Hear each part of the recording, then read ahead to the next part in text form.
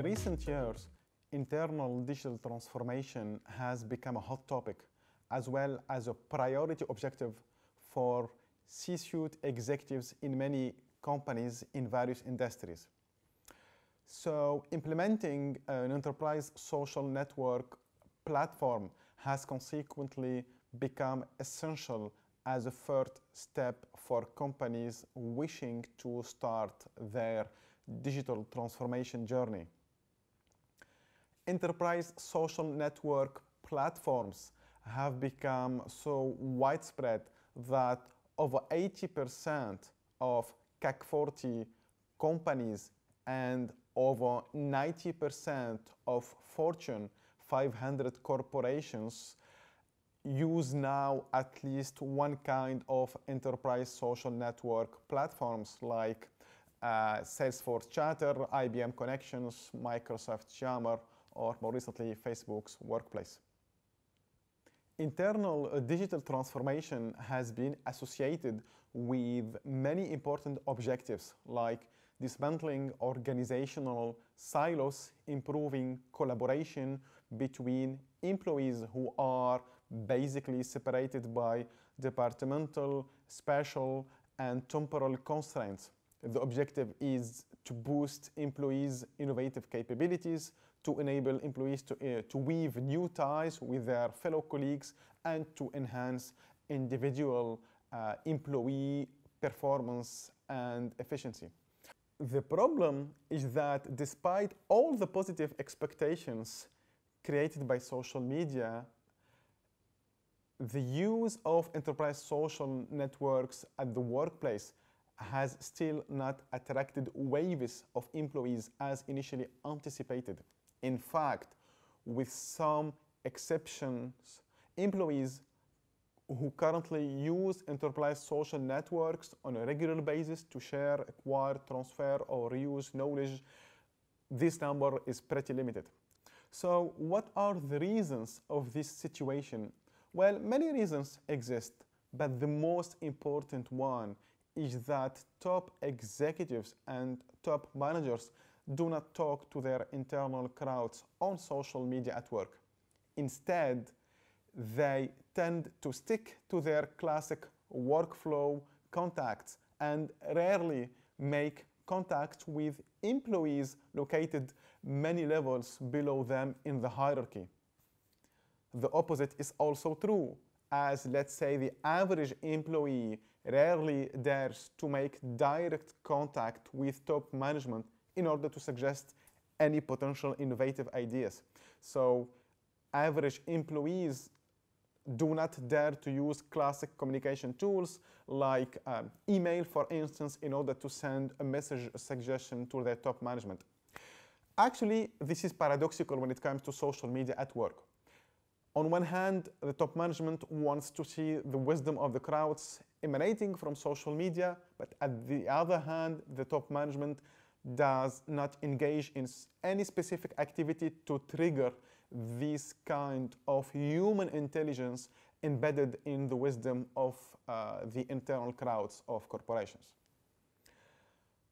Organizations and managements need basically to appreciate and understand that enterprise social networks really differ from all information technologies or classic enterprise systems that they knew before.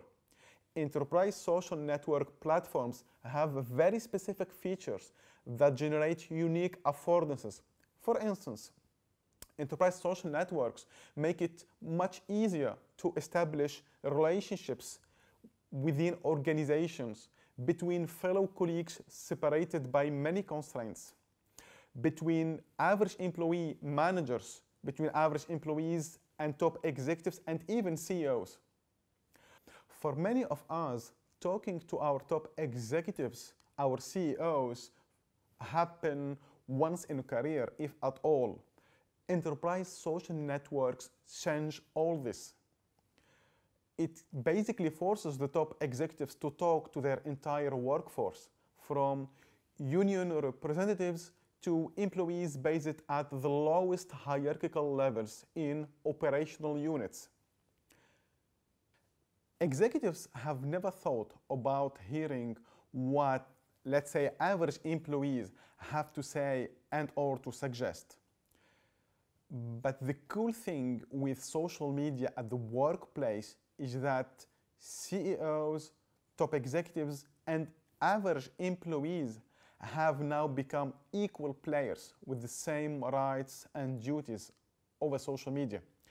Basically, they access to exactly the same features and should consequently enjoy the same benefits. Previous experiences have shown that when the top realizes the advantage of social media at the workplace and really engages in a continuous conversation between the top management on one hand and average employees, I mean all employees on the other hand, benefits are there and employees use social media on a regular basis. Take the example of Dell. Michael Dell, the CEO of Dell, in person and also his top management, they use enterprise social media to talk to their different employees from different hierarchical levels who are engaged on social media and who want to make their collective wisdom useful for their company. Now, enterprise social media for Dell is a huge source of creative and innovative ideas. IBM also is one very interesting example in terms of leveraging enterprise social networks to generate business ideas, strategic ideas, and key suggestions that the top management use in their business. So these examples show that the wisdom of the internal crowds exists, but needs to be somehow triggered and encouraged. So my advice to CEOs and top executives who want to benefit from the wisdom of their internal crowds is simply to talk to their internal crowds. And I have some few suggestions. So the first one, what I suggest to the top management is to initiate conversations with their employees on platforms of enterprise social networks. Employees will appreciate that the top is ready and willing to listen what they have to say. The second suggestion is for the top management to use strategic topics and to talk about them over social media at the workplace. Social media has to be meaningful for the top and for average employees. So by suggesting in interesting topics, strategic topics, the average employee will understand that the top is really willing to use their wisdom.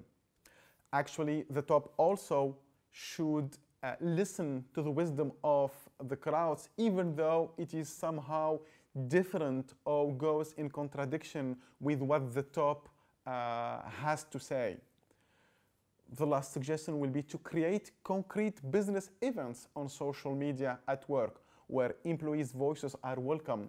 Then the employees will have somehow a reason to go to social media at the workplace because things happen there, because there are some specific events that make sense from a business standpoint and where everybody should be there. Enterprise social networks can bring enormous changes and benefits to organizations, and research has only just begun to explore the organizational implications of using social media at the workplace.